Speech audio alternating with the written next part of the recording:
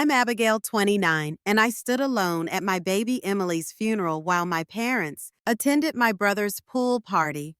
My daughter was only 6 months old when SIDS took her from me. As I watched her tiny white casket being lowered into the ground, my mother's words echoed in my mind. It's just a baby. Your brother's party matters more. That day, something inside me shattered beyond repair. Before I tell you how I made them face the consequences of their choice, let me know where you're watching from in the comments below. This story about family betrayal might make you rethink who deserves your loyalty. Growing up, I always knew I was second best. My brother Jason, now 32, was the golden child from the moment he was born. Our parents, Margaret and Richard, 58 and 60, created a family dynamic where his achievements were celebrated with extravagant parties, while mine were acknowledged with obligatory cards if remembered at all. When Jason made the soccer team in 5th grade, my parents threw a backyard barbecue with all our relatives. When I was accepted into the honors program that same year, they simply said, "That's nice, Abby," before asking Jason about his upcoming game. This pattern continued throughout our lives. Jason's average grades were praised as efforts of a well-rounded individual, while my straight A's were expected and unremarkable. By high school, I'd accepted my place in the family hierarchy. I focused on building my own life, excelling in academics, and forging friendships with people who actually valued me. I met Michael during my sophomore year of college. He came from a warm, supportive family that initially felt alien to me. The way his parents showed interest in his day, remembered important events, and expressed pride in his accomplishments seemed almost theatrical to me until I realized this was what normal family love looked like. Michael and I dated throughout college and married 3 years ago when we were both 27. He's an architectural engineer, and I work as a pediatric nurse. We bought a small starter home about 40 minutes from my parents and an hour from his. The distance from my family was intentional on my part, though I never admitted it to Michael. When we announced our pregnancy, Michael's parents immediately started planning the baby shower, asking about our nursery colors, and sending us articles about child birth and parenting. My parents responded with, "Oh, that's nice. Did Jason tell you? He might get promoted at the firm." They attended the baby shower my in-laws organized, but spent most of it talking about Jason's recent vacation to the Bahamas. Jason's life had always followed a predictable pattern of success. After college, he joined a prestigious marketing firm, bought a luxury condo, dated increasingly attractive women. Each achievement was celebrated lavishly by our parents. When he purchased his condo, they helped with the down payment, something they never offered me despite my student loans. When I mentioned this discrepancy once, my mother said, "Jason has a more expensive lifestyle to maintain.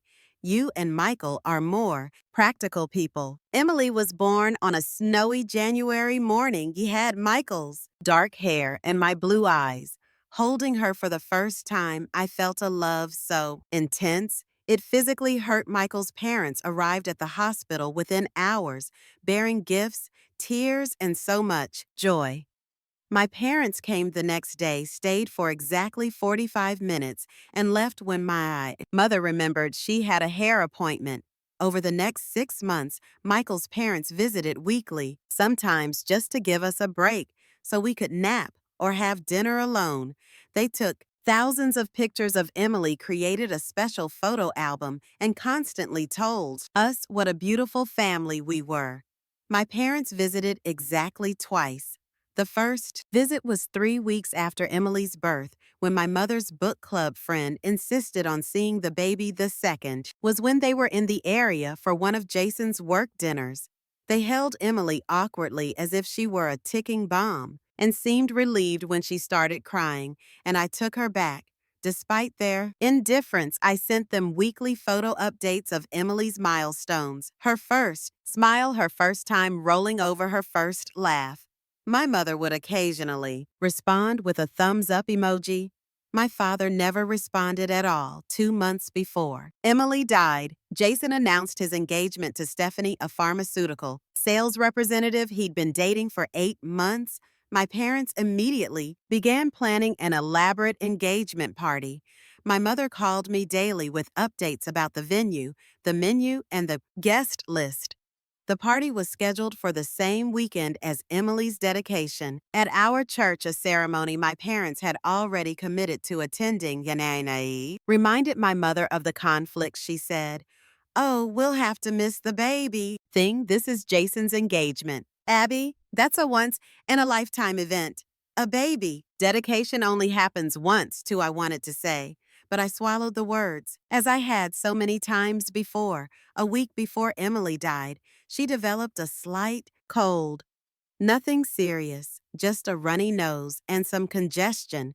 I took her to her pediatrician, who assured me it was a minor viral infection that would resolve on its own.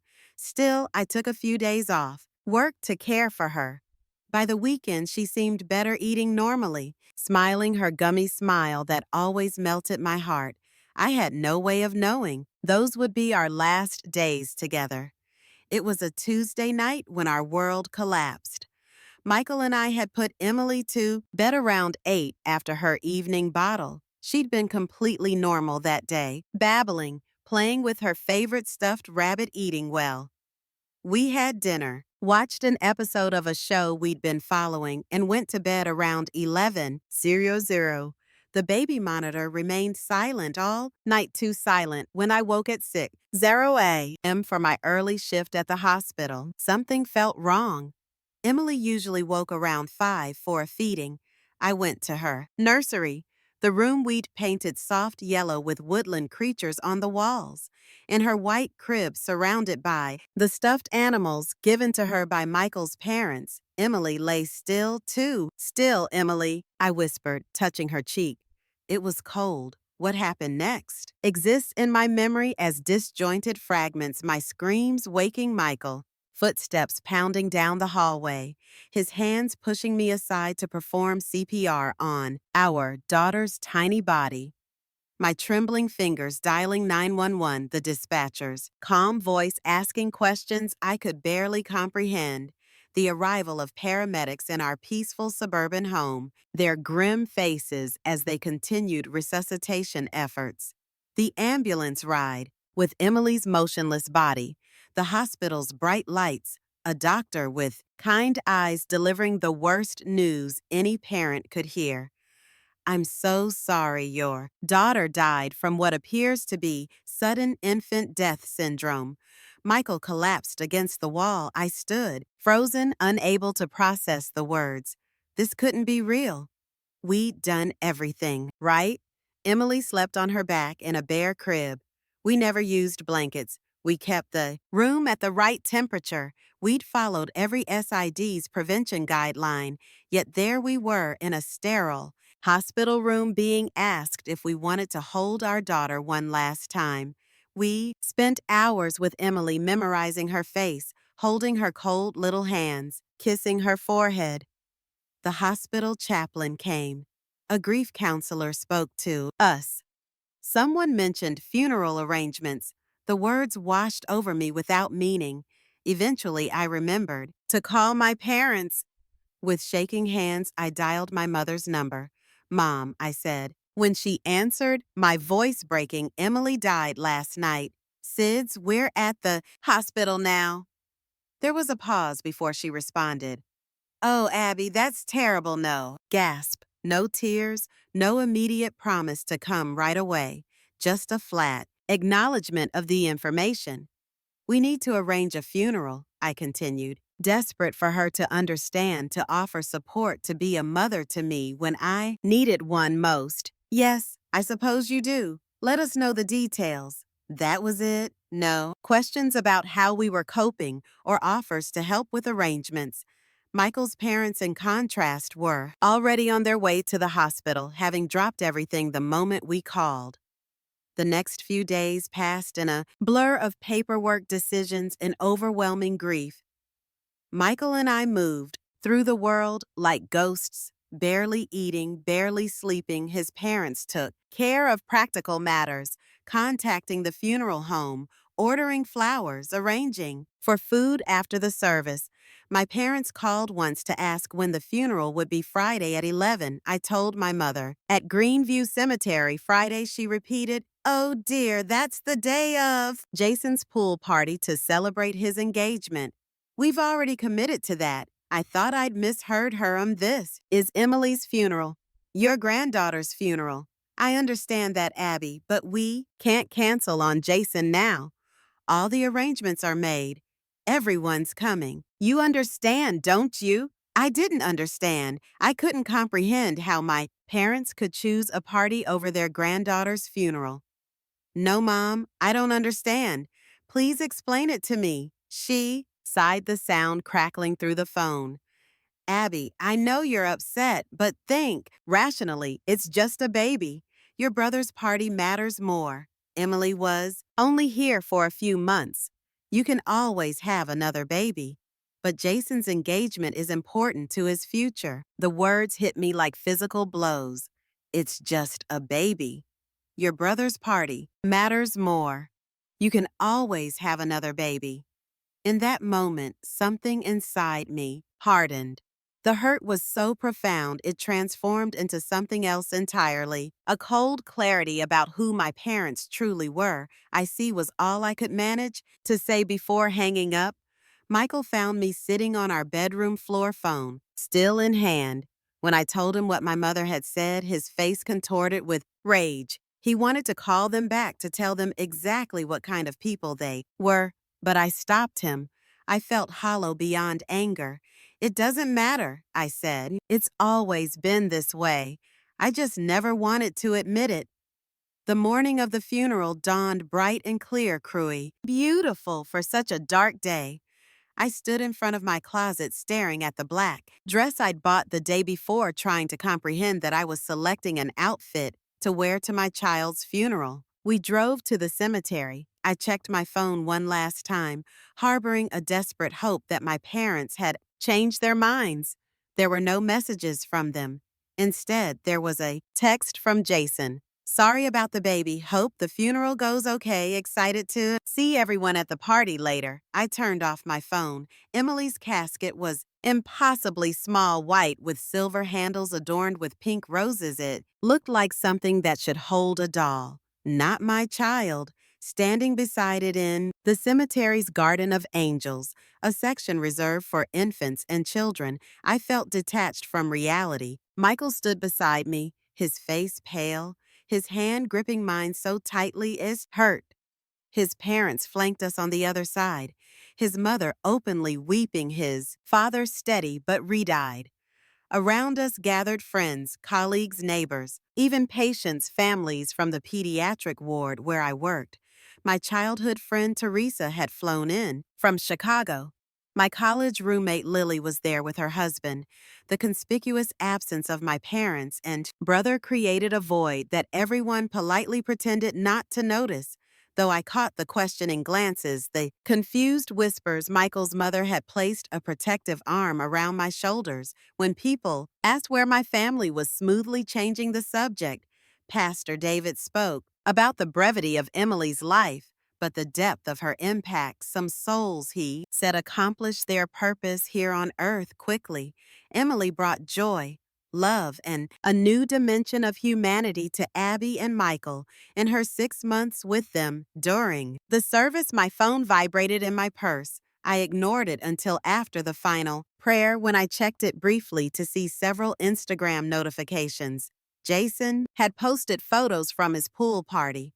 My parents prominently featured smiling, with champagne glasses in hand, celebrating while their granddaughter was being lowered into the ground, miles away. When it came time for the burial, I nearly collapsed. The physical act of watching that tiny casket descend into the earth made Emily's death real in a way nothing else had. This was final. This was forever. My baby was gone, and I would never hold her again, never see her grow up, never know who she would have become. Michael's father had to help support him as he threw the first handful of dirt onto the casket. Michael's mother held me as I did the same, my entire body shaking with sobs. Around us, others followed suit, murmuring prayers and goodbyes. Later at our house, people gathered with food and flowers and well-intentioned words that couldn't touch my grief. I moved through the rooms, like an automaton accepting condolences, thanking people for coming, declining offers of food I knew I wouldn't eat. In quiet moments, I caught myself listening for Emily's cries through the baby monitor we hadn't yet put away. Time. The realization that I would never hear her again hit me anew after everyone left. Michael and I stood in Emily's nursery surrounded by her things. The crib where she died, the changing table with diapers still stacked neatly, the rocking chair where I nursed her in the middle of the night. We couldn't bring ourselves to change anything, as if preserving the room might somehow preserve a piece of her. That first week passed in a haze of grief. I took leave from work. Michael tried to go back after 3 days, but came home early, unable to focus. We moved through our house like ghosts, eating little, sleeping less, talking hardly at all. The silence where Emily's babbling, crying, and laughter should have been was deafening. My parents didn't call. They didn't text. They didn't visit. Michael's parents came, daily bringing food, doing laundry, sitting with us in our grief. They respected our need for space, but made sure we weren't alone for too long. Michael's mother gently suggested grief counseling. His father helped with the mountain of paperwork that follows a death. Certificates, insurance, medical bills. 7 days after the funeral, my phone rang. With my mother's number, I almost didn't answer, but finally did, curious about what she could possibly say. Abby, how are you? She asked, her voice casual, as if we'd simply gone a week without talking, as if nothing significant had happened. My daughter died and was buried without her grandparents present. I replied flatly. How do you think I am now? Abby, there's no need for that tone. We're calling to invite you and Michael to Sunday dinner. It would be good for you to get out of the house. Don't you think Jason and Stephanie will be there? They can tell you all about their wedding plans. It might take your mind off things. Take my mind off things, as if my child's death were a minor inconvenience to be distracted from with wedding talk. I don't think we'll be able to make it, I said. Abby, you can't just shut yourself away. Life goes on. It's been a week already. A week since I buried my daughter, and my mother thought that was sufficient time to move on. I have to go, I said, and hung up. Michael found me sitting on the bathroom floor, staring at the wall. When I told him about the call about my mother's invitation to Sunday dinner to hear about Jason's wedding plans, his expression darkened. They can't be serious, he said. They are, I replied. They absolutely are, against my better judgment. I agreed to attend the Sunday dinner at my parents' house 2 weeks after Emily's funeral. Michael was reluctant, but I felt a need to see my parents face to face, to understand how they could act as if nothing had happened.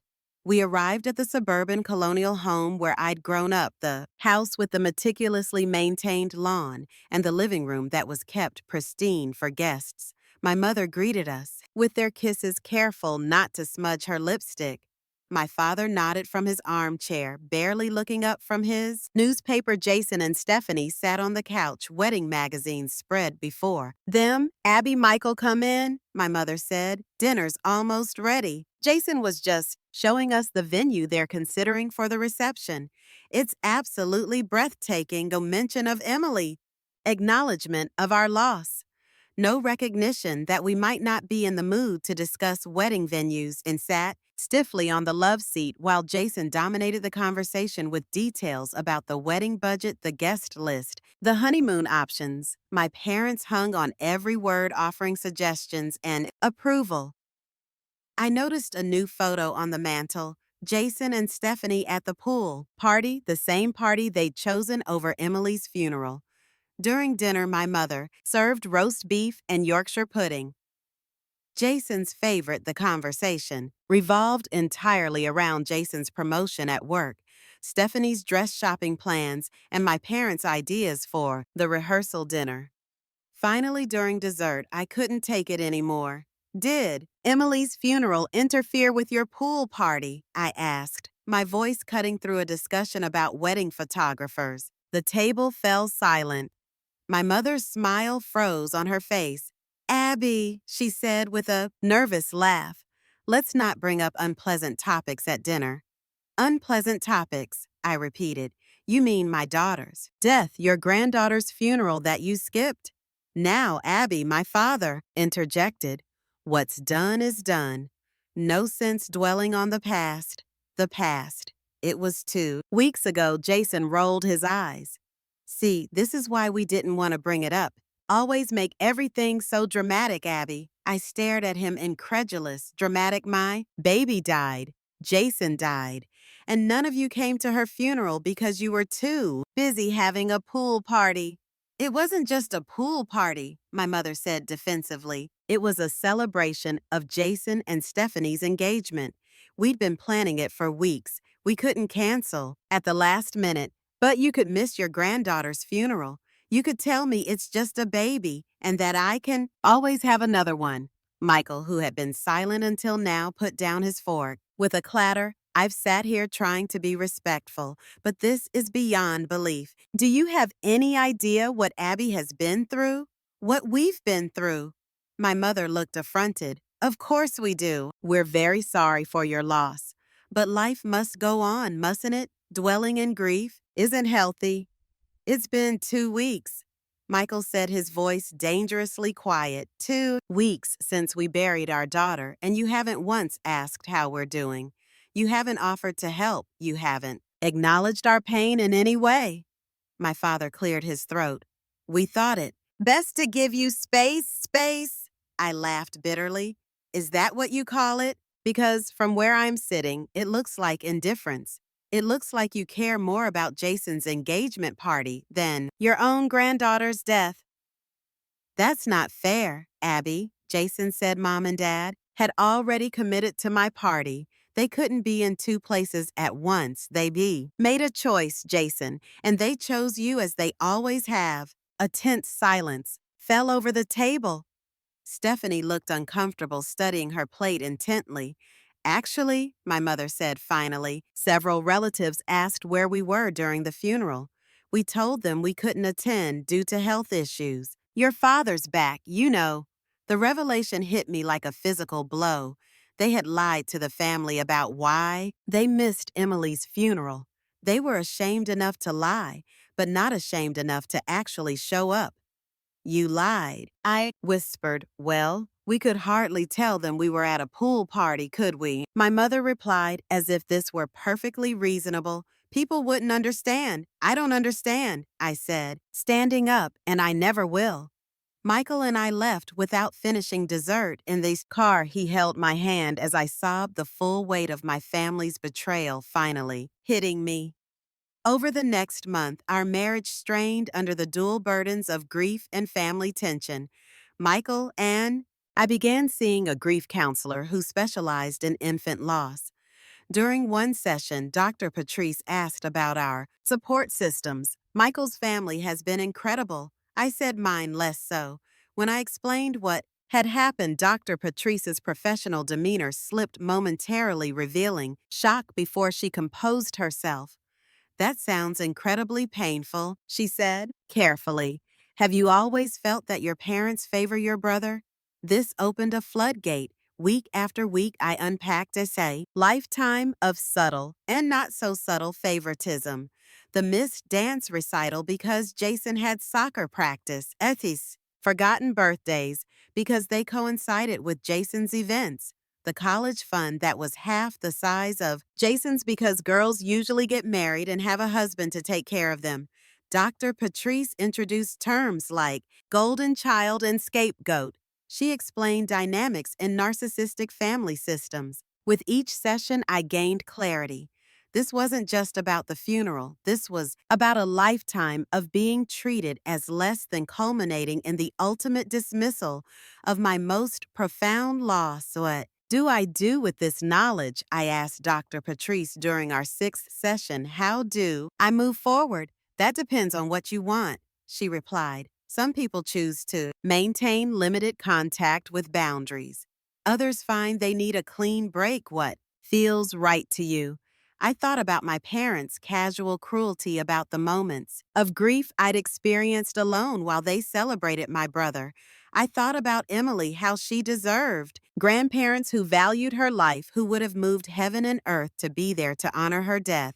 I think I said, slowly, I need them to understand what they've done, not just to me, but to Emily, to her memory.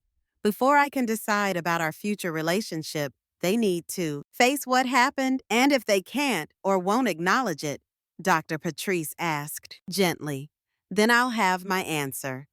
That night, I told Michael about my decision. Need to make them understand. I need them to feel a fraction of the pain I felt standing at that funeral, alone.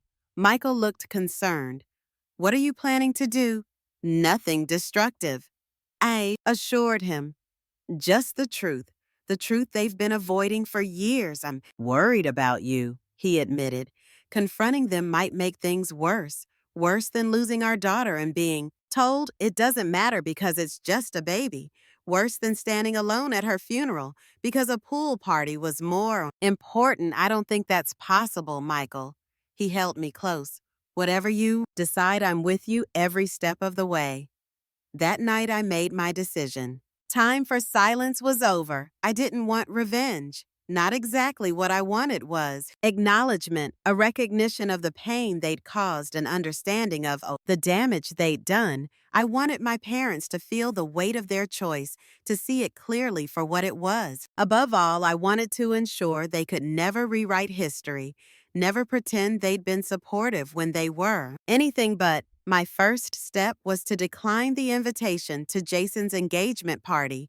The invitation arrived in a thick cream envelope with gold embossing. My mother's touch, no doubt. I texted a simple response. Michael and I won't be attending, still grieving our daughter's death. The phone calls started immediately. First my mother, then my father, then even Jason. Abby, you can't miss Jason's engagement party, my mother insisted. Family needs to stick together during these events. Family needed to stick together at Emily's funeral too, I replied. That's different, she said, dismissively. This is a happy occasion. I'm not in a place to celebrate right now. It's been over a month, Abby. You need to move on. I ended the call without responding. Father's call was similar. Guilt and manipulation wrapped in paternal authority. Jason's call was the most surprising. Mom and Dad are upset. You're not coming to my party, he said. Can't you just show up for an hour or something? It's important to them. Was Emily's funeral important to you? I asked. A pause. That's not fair. I barely knew her. Whose fault is that, Jason? You visited her? Exactly once in 6 months. She was your niece. Look, I'm sorry about what happened. It's awful, but life goes on, right? You and Michael can try again when you're ready. Try again. As if Emily were a failed experiment rather than our daughter. As if any future children could replace her rather than be their own unique people. I won't be attending your party, I said firmly. Congratulations on your engagement. With that immediate pressure handled, as I began my research in earnest, I read books about family estrangement, narcissistic family dynamics, and grief. I joined online support groups for parents who had lost children and found to my sad relief that my experience wasn't unique. Many others had faced insensitive comments, thoughtless actions, and painful betrayals from family members during their darkest hours. One evening, I pulled out a box from my closet, a collection of evidence I hadn't realized I'd been gathering throughout my life. Birthday cards where my parents had written generic messages or worse referenced Jason's achievements, photos from family events where I stood at the periphery while Jason occupied the center text, messages showing patterns of neglect and dismissal. I created a timeline, documenting the pattern that had culminated in their absence at Emily's funeral. It wasn't for them. it was for me, a way to validate my own experiences and feelings after years of gaslighting and minimization. Next, I reached out to extended family members, aunts, uncles, cousins who had attended Emily's funeral and noticed my parents' absence. I didn't volunteer information at first, just asked open-ended questions about their understanding of the situation. We told your father's back was acting up, my Aunt Judith said during our phone call, and that your mother needed to stay home to care for him. Did that explanation seem odd to you? I asked, a pause. Well, yes. I remember thinking it was strange they couldn't make it even for a short time. But who am I to question everyone? Grieves differently? What if they weren't grieving at all? I asked quietly. What if they were at Jason's pool party instead? The silence on the line was deafening. Miller conversations with other relatives revealed the extent of my parents' deception.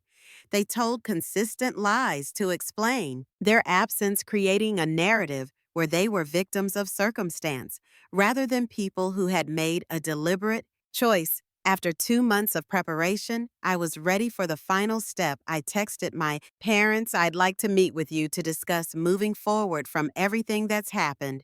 Just the three of us. This Sunday at 2 p.m. At your house, my mother replied immediately. Wonderful. I'm so glad you're ready to put this behind us. I'll make your favorite lemon cake. The casualness of her response, the assumption that I wanted reconciliation without acknowledgement only strengthened my resolve. The night before the meeting, Michael held me as I rehearsed what I wanted to say. Are you sure about this? He asked. You don't owe them an explanation for cutting contact if that's what you decide to do. I'm not doing this for them. I explained I'm doing it for me, for Emily. I need to speak my truth to stand up for her memory. If I just disappear from their lives, they'll rewrite the narrative. They'll tell everyone. I was too consumed by grief, too unstable, too unreasonable. I need to make it clear exactly why I'm making this choice. I understand, he said. Just remember whatever happens tomorrow, you have people who love you, who really love you. I held him tighter, grateful for his unwavering support. The next morning, I placed a framed photo of Emily in my purse along with my documentation and a letter I'd written expressing everything I needed to say. I dressed carefully in a blue blouse, Emily's favorite color to watch, and the necklace with her birthstone that Michael had given me after her birth. Ready? Michael asked. As I prepared to leave, I took a deep breath, as ready as I'll ever be. My parents' house looked exactly as it always had.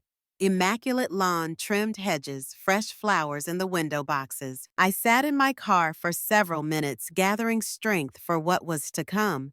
Finally, I took a deep breath, grabbed my purse containing Emily's photo and my documents, and walked to the front door. My mother answered, wearing a floral dress and pearls, as if this were a social call rather than a reckoning. Abby, come in. Come in, your father's in the living room. I've just taken the lemon cake out of the oven. The house smelled of lemon and sugar, a scent that had once meant comfort, but now felt like a mockery. My father sat in his usual armchair, newspaper folded neatly beside him. He stood when I entered, giving me an awkward pat on the shoulder. That was the closest he ever came to physical affection. Good to see you, Abby. You're looking well. I wasn't looking well. I had lost weight, had dark circles under my eyes, and my skin was pale from spending weeks indoors. But my appearance had never been of particular interest to my father. Let's have some cake first, my mother suggested, already heading toward the kitchen. Then we can talk? Actually, I said, my voice steadier than I expected, I'd prefer to talk first. My parents exchanged a glance I recognized from childhood, the one that said I was being difficult. All right, my mother conceded, settling onto the couch.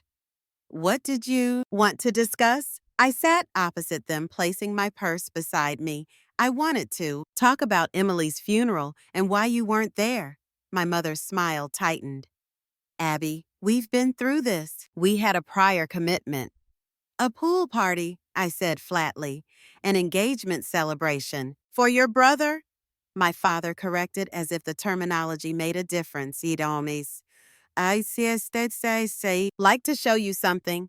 I reached into my purse and pulled out Emily's photo, a professional portrait we'd had taken when she was 4 months old. She was wearing a pink dress, her blue eyes bright, a gummy smile lighting up her face. I placed it on the coffee table between us.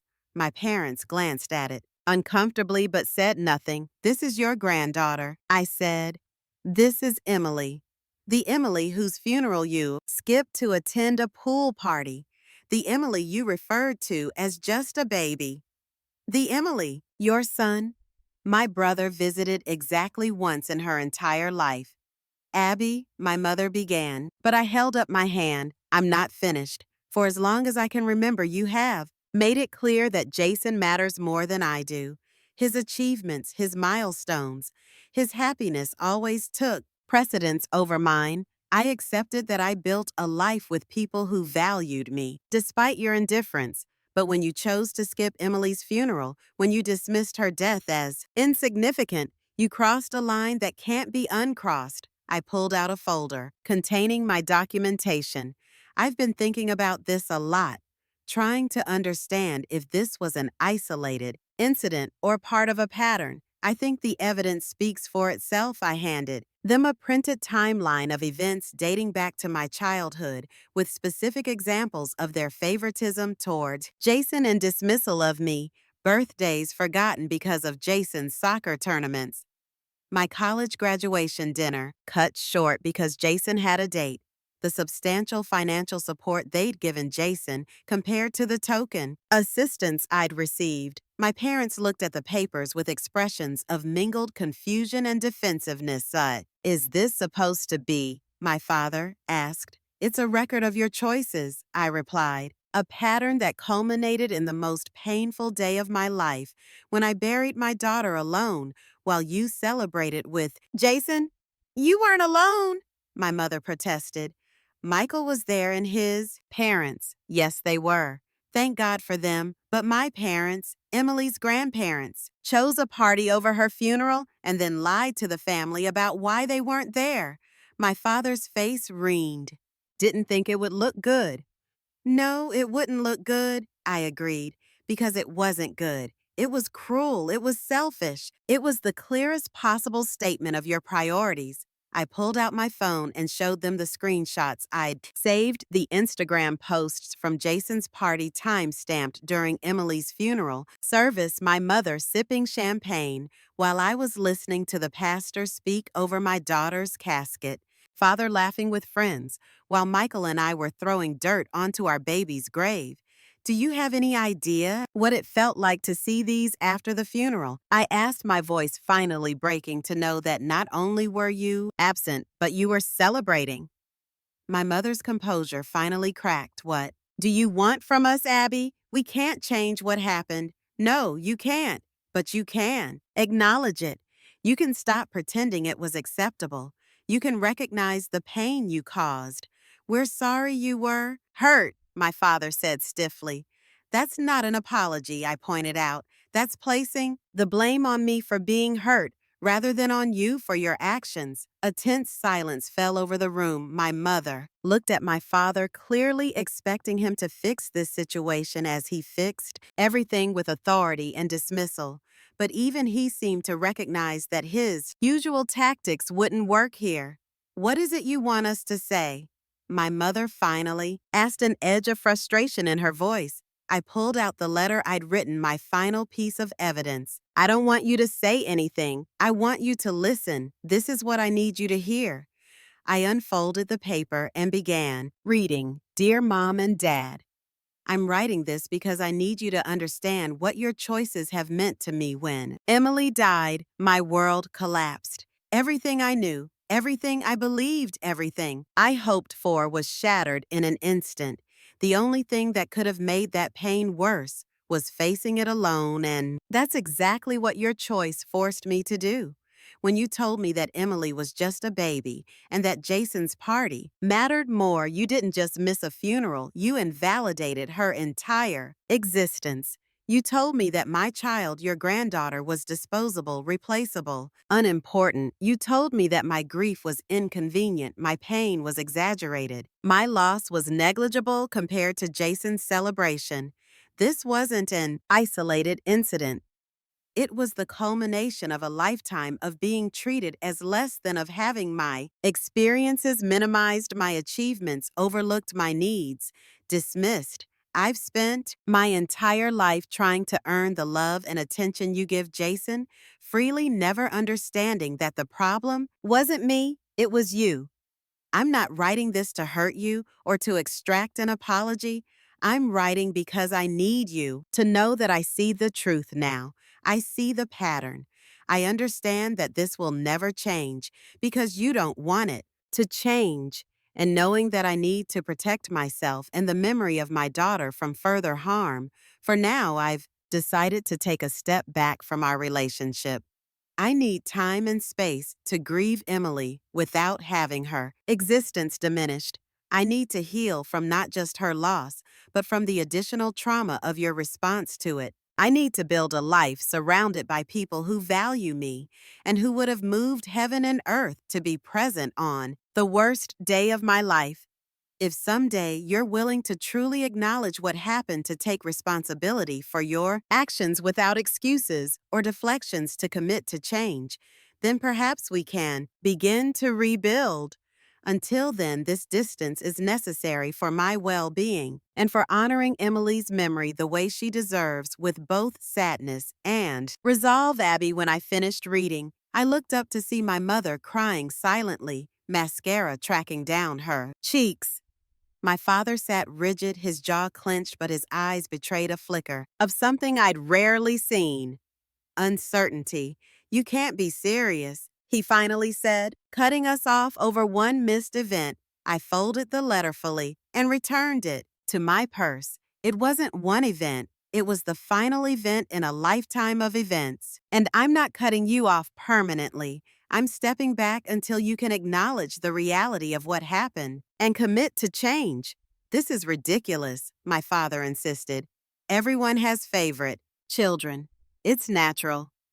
"We've done everything for you, Robert," my mother interrupted, her voice uncharacteristically sharp.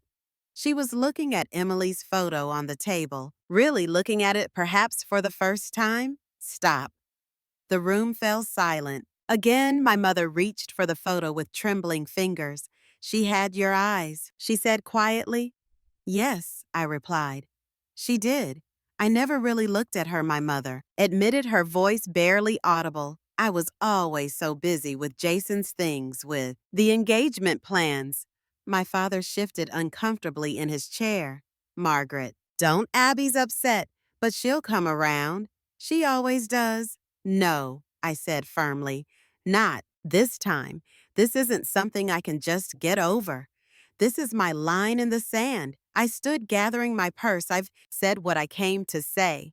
The ball is in your court now. I hope someday you'll understand what you've done and make different choices. Until then, I need this distance." As I turned to leave, my mother called after me, her voice breaking, "Abby, please don't go like this." I paused at the door. "I'm not going anywhere." "Mom, I'm right where I've always been. You're the ones who weren't there when it mattered most." I walked out of their house with a strange mixture of grief and liberation. In the car, I sat for a moment, hands shaking, but mind clear. I had spoken my truth. I had stood up for Emily, for myself, for the reality of our experiences. Whatever happened next was up to them. As I drove home, my phone began ringing with notifications. Jason, apparently informed of our confrontation, was sending angry texts, accusing me of upsetting our parents unnecessarily. Several extended family members, however, were sending messages of support. They'd learned the truth about the funeral either from my direct conversations with them or through the family grapevine. My Aunt Judith's message stood out. "I had no idea, Abby, no idea. They chose a party over Emily's funeral. I'm heartbroken for you, ashamed of my brother. Whatever you need, I'm here." By the time I reached home, word had spread through the family. The narrative my parents had carefully constructed was crumbling under the weight of truth. They would need to face not just me, but the judgment of the extended family who had believed their lies. Michael was waiting for me, concern written across his face. How did it go? I sank into his arms, emotionally exhausted but oddly peaceful. I did it, I said. Everything I needed to say. And now we wait. Either they'll recognize what they've done and try to make amends, or they won't. Either way, I've done what I needed to do for Emily. For myself, that night I slept better than I had since Emily died. Not because the grief was gone, it would never be gone, but because I'd lifted the additional burden of pretending my parents' behavior was acceptable. I'd honored Emily by insisting her life and death mattered, regardless of what. They believed 6 months after my confrontation with my parents, I stood in the garden we'd planted in Emily's memory. Spring had arrived, bringing with it daffodils and tulips around the small angel statue that marked the center of the space. Michael worked beside me carefully, placing new mulch around the perennials that would bloom throughout the summer. It's looking beautiful, he said, standing. To wrap an arm around my waist, Emily would have loved playing here. The pain of those words was still sharp, but no longer debilitating. Yes, I agreed she would have. In the months since the confrontation, we had established a new normal. 3 times a week, I attended a support group for parents who had lost children. Twice a month, Michael and I saw Dr. for Patrice together. Working through our grief as a couple, we had converted Emily's nursery into a memorial room, not a shrine, but a peaceful space with photos, her favorite toys, and a comfortable chair where we could sit and feel close to her. My relationship with my parents had transformed as well, though not in the way I might have expected. After our confrontation, they had retreated into silence for several weeks. Then, surprisingly, it was my father who reached out first. A handwritten letter that arrived exactly 3 months after Emily's death. Abby, he wrote, I have never been good with emotions or admitting when I'm wrong. But after reading your letter again and again, after seeing the timeline you created, after hearing from relatives who attended Emily's funeral, I can no longer deny the truth of what you said. Yeah, we're wrong, terribly, unforgivably wrong. Not just about the funeral, but about many things over many years. I don't expect forgiveness. I don't even know if I deserve the chance to try to make amends. But I want you to know that I hear you and I am sorry. Truly sorry. It wasn't a perfect letter. It didn't address everything, but it was the first genuine acknowledgement I had ever received from my father that he had caused me pain. Mother's response came a week later. A small package containing a custom-made ornament with Emily's name, birth date, and a pair of angel wings. The note inside reads, simply, I should have been there. I will regret that choice for the rest of my life. I'm so sorry, Abby. These gestures didn't erase the past. They didn't undo the damage or bring Emily back, but they were steps, small, hesitant, steps toward acknowledgement and potential healing. We established careful boundaries. Monthly dinners initially, just my parents and me later, including Michael, when he felt comfortable ground. Rules included no dismissing of Emily's memory, no changing the subject when grief surfaced, no comparisons to Jason's life events. Jason himself had been another surprise. After initially reacting with anger to my confrontation with our parents, he had shown up at our door one rainy afternoon in April. I've been thinking, he said awkwardly, standing on our porch, about what happened, about Emily's funeral, about everything. Really? He had brought a small pink rose bush to plant in Emily's garden. As we dug the hole together, he admitted, I never really thought about how things looked from your side. Mom and Dad always made such a big deal about everything I did that it seemed normal. I didn't realize what you weren't getting. It wasn't your fault. I told him you were a child too. We were both shaped by their choices. Still, he said, patting soil around the rose bush, I should have been at her funeral. She was my niece. I'm sorry, Abby. These moments of acknowledgement didn't erase the grief, but they lightened the additional burden of feeling unseen and unheard. They created space for true healing to begin. As summer turned to fall, I found myself drawn to volunteer work with the local organization, supporting parents who had experienced infant loss. My nursing background gave me professional insights, while my personal experience allowed me to connect with parents in a way that textbook knowledge never could.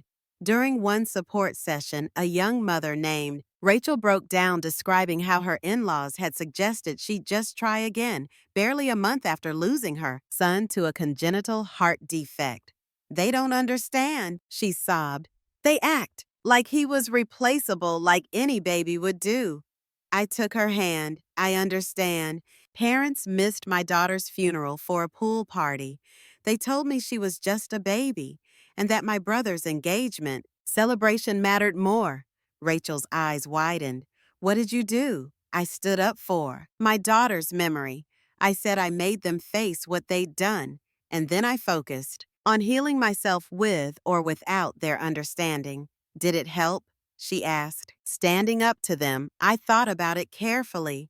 It didn't bring Emily back, didn't erase the pain of burying her alone, but it honored her. It said to the world, her life mattered, her death mattered, and that helped me heal. Working with these parents became my purpose, not replacing Emily. Nothing could do that but creating meaning from the devastation of her loss. Each family I helped was a tribute to her brief life, a way of ensuring that her impact continued. Michael and I began tentatively discussing the possibility of another child. Not to replace Emily, we were clear with each other and our therapist about that, but to expand our family. The conversation was fraught with fear and guilt. Would loving another child somehow diminish our love for Emily? Would every milestone with a new baby be shadowed by thoughts of what Emily would have been doing at that age? "I'm scared," I admitted to Michael one night as we sat in Emily's memorial room.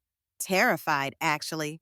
"Me too," he said, "but I think Emily would want us to have room in our hearts for another child, not instead of her." In addition to her, my relationship with my parents continued to evolve slowly. There were setbacks, moments when old patterns emerged, when they slipped into comparing my life unfavorably to Jason's, when they seemed to forget the lessons they claimed to have learned. But there was also growth. My mother began asking about my volunteer work with genuine interest. My father created a small scholarship fund in Emily's name at the children's hospital where I worked during a family gathering to celebrate my father's birthday. I overheard him talking to a cousin who had recently had a baby. "Treasure every moment," he said with unusual emotion. "Every single moment matters." I learned that lesson too late with my granddaughter. It wasn't perfect. It would never be perfect, but it was progress. On the 1-year anniversary of Emily's death, we held a small remembrance ceremony in our garden. Michael's parents were there, steady and supportive as always. My parents came bringing flowers and standing awkwardly but respectfully at the edge of the garden. Jason and Stephanie attended, briefly placing a small teddy bear near the angel statue. As we released biodegradable balloons into the sky, I felt Emily's presence, not in a supernatural way, but in the impact she had left on all of our lives. In her 6 short months, she had taught us about unconditional love. In her death, she had taught us about the fragility of life. And in the aftermath, she had taught us about the power of standing up for truth, about setting boundaries, about honoring grief rather than rushing past it. I had lost my daughter. That would always be true, but I had found my voice, my strength, and a new purpose born from that devastating loss. For those of you watching who have experienced a similar loss or betrayal, I want you to know that healing is possible, not perfect healing. The scars remain, but enough healing to find joy again, to find purpose, to build a life that honors both your loss and your future. If Emily's story has touched you, please consider supporting organizations that help families experiencing infant loss. And if you faced family betrayal during your darkest moments, know that you're not alone. You have the right to set boundaries, to demand respect for your grief, to insist that your pain matters. Thank you for listening to my story. If it resonated with you, please like, subscribe, and share it with someone who might need to hear that they're not alone. And I'd love to hear your thoughts in the comments. Have you ever had to stand up to family during a time of grief? What helped you heal your experiences might help someone else who's walking this difficult path. Remember, honoring your truth isn't selfish. Sometimes it's the most important thing you can do for yourself and for those you've lost. Be gentle with yourselves. You deserve that kindness.